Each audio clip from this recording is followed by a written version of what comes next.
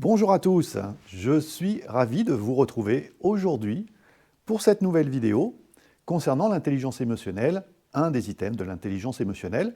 Je vais vous parler aujourd'hui de l'expression individuelle.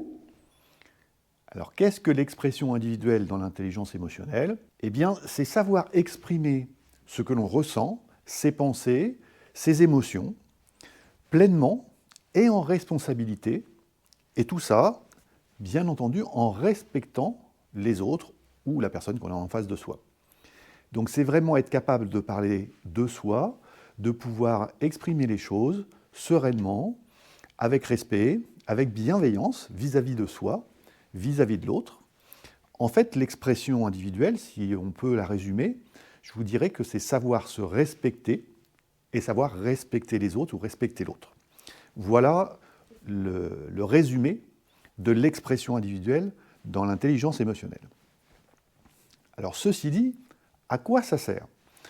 Eh bien, ça va vous être utile de développer cette capacité d'expression individuelle. Ça va être utile dans tous les domaines de la vie, dans tous les domaines de l'existence, que ça soit au niveau professionnel comme au niveau personnel, mais aussi au niveau personnel avec soi. Comment est-ce que l'on se parle, comment est-ce que l'on se regarde, comment est-ce que l'on se perçoit, quel regard on a vis-à-vis de soi, et donc comment on exprime ces choses vis-à-vis de soi, les choses qui nous concernent. L'expression individuelle reste une clé indispensable dans la communication. Bien entendu, c'est dans ce domaine-là qu'on va retrouver le sujet le plus important, puisque ça permet aussi de s'affirmer.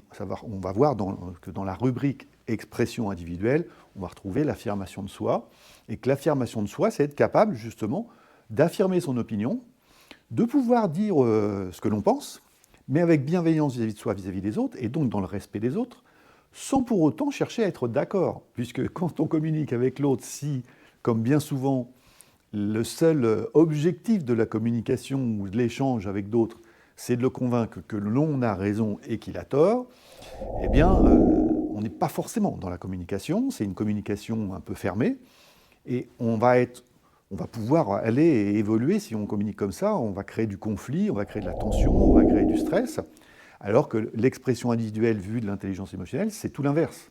On recherche plutôt la bienveillance, l'apaisement, l'échange d'idées, l'échange de postures, de visions du monde, mais en affirmant ce que l'on pense, donc ça veut dire être capable de s'opposer, de créer, entre guillemets, quand je parle de conflit, mais ça peut créer un conflit, mais ça va être un conflit constructif et bienveillant, parce qu'on ne va pas aller vers « je refuse ce que l'autre pense ». On va être dans l'ouverture par rapport à l'autre, avec sa différence, et avec son point de vue, qui est, de son point de vue à lui, du coup, aussi valable que le nôtre, même si nous ne sommes pas d'accord. Bien entendu, quand nous ne sommes pas d'accord, chacun a son point de vue, et pourquoi le nôtre serait plus intéressant ou plus valable que celui qui est en face? Eh bien, si chacun se pose cette question, ça ouvre déjà la porte à la possibilité d'échanger avec des gens qui sont complètement opposés à nos façons de penser.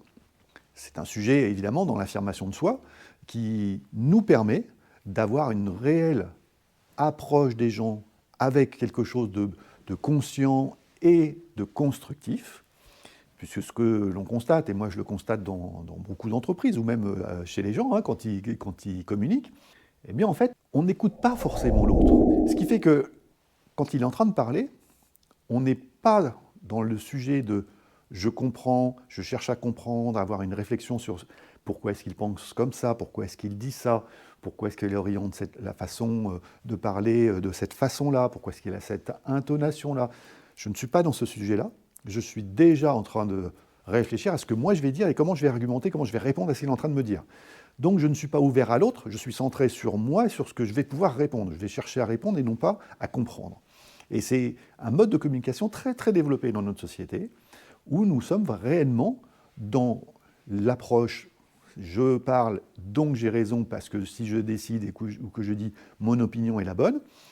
C'est vraiment important d'être dans cet état d'esprit « je veux exprimer quelque chose, j'exprime ce que je pense, ce que je ressens, avec bienveillance pour l'autre et avec le respect de ce que je pense moi, c'est-à-dire, eh bien, j'affirme ma position, ma posture, mais je suis dans l'écoute. » Et être dans l'écoute, dans la véritable écoute, c'est-à-dire ne pas chercher à répondre, mais chercher plutôt à comprendre pourquoi l'autre pense comme ça, pourquoi il a une pensée ou une approche différente de la mienne, eh bien, va nous permettre aussi d'évoluer et de changer parfois notre position, notre perception des choses, notre vision d'une situation, du monde ou d'une personne, parce que ça nous fait grandir et que ça ouvre d'autres horizons. Et ça, c'est quelque chose d'intéressant sur le point de vue de la communication.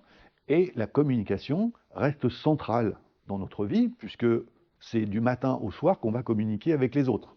Toute personne aujourd'hui va être amenée dans une journée à communiquer avec d'autres personnes. Dans le domaine à la fois personnel ou professionnel, eh bien, demande des bases qui ne sont pas forcément les bases qui nous sont enseignées aujourd'hui à l'école, dans l'enseignement, dans la vie privée, par nos parents, etc. Puisque ça ne fait pas partie de l'éducation. Donc, eh bien, on se débrouille un peu comme on peut. Vous avez certaines grandes écoles qui apprennent, hein, qui ont même des concours des meilleurs orateurs. C'est quelque chose de passionnant.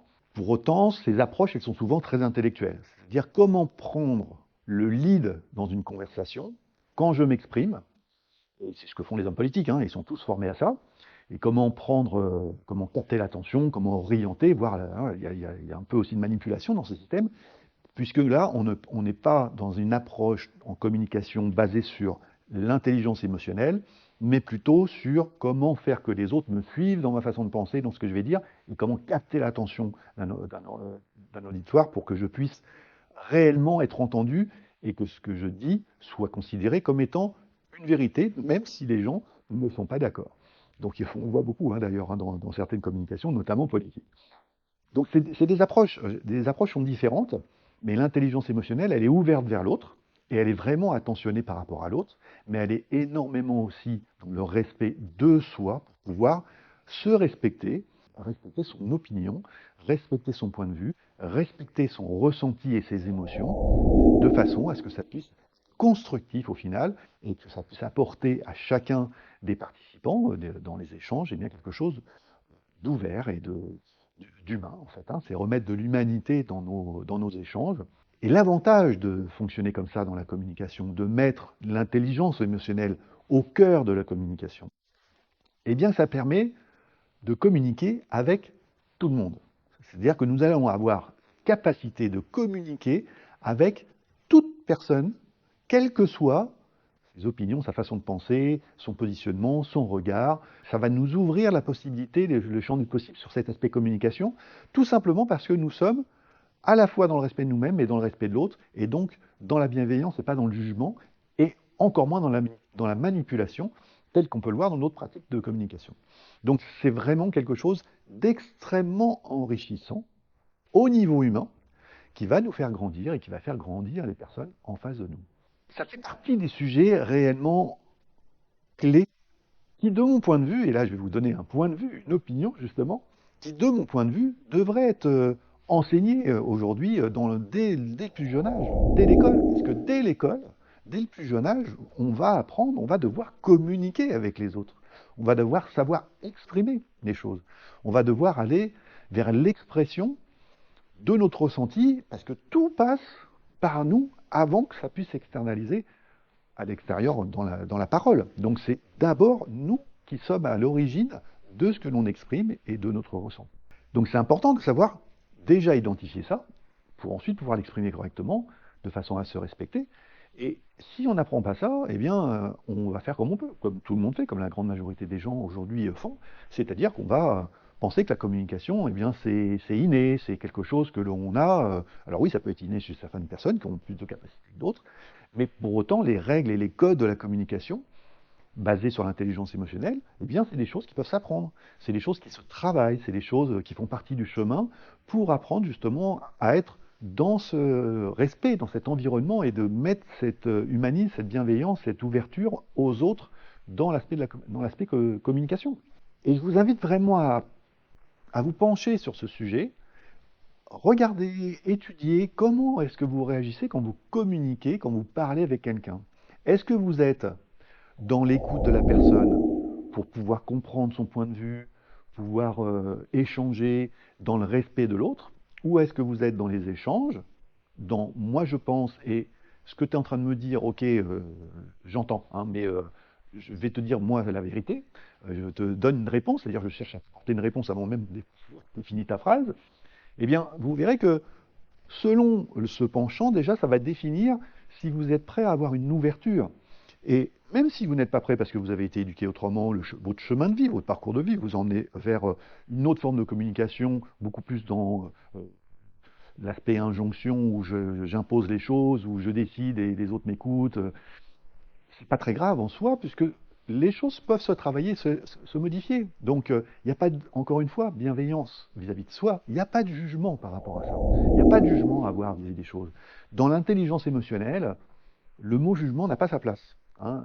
On laisse moi, je laisse le jugement au juge. Moi, je suis pas juge. Donc, ça veut dire que j'écoute, j'entends, je cherche à comprendre, à expliquer qu'est-ce qui fait qu'une personne peut penser, peut parler comme ça, peut s'exprimer comme ça, d'où ça vient et comment faire pour que ces méthodes puissent évoluer de façon à ce qu'on puisse tous communiquer et chercher à se comprendre les uns les autres, ce qui permettra de changer aussi notre société dans cet aspect-là, puisque si on comprend mieux l'autre, eh bien, par voie de conséquence, il y a des chances que, si tout le monde est sur cette voie en tous les cas, que l'autre cherche aussi à mieux nous comprendre nous. Et avec nous, même si on est en désaccord, eh bien, on pourra construire les choses différemment et avancer différemment. Donc voilà l'approche de l'expression individuelle, qui est le deuxième grand cadran de la roue des émotions, dans lequel vous allez retrouver 3 rubriques dont je vous parlerai, une vidéo en fait pour chaque rubrique, qui viendront compléter l'expression individuelle. Voilà ce que je voulais vous dire. Eh bien écoutez, je vous laisse dans les réflexions que ça peut avoir pour vous et quel écho ça peut avoir à l'intérieur de vous ce que je suis en train de vous dire. N'hésitez pas à me laisser des commentaires, bien entendu, à me poser des questions.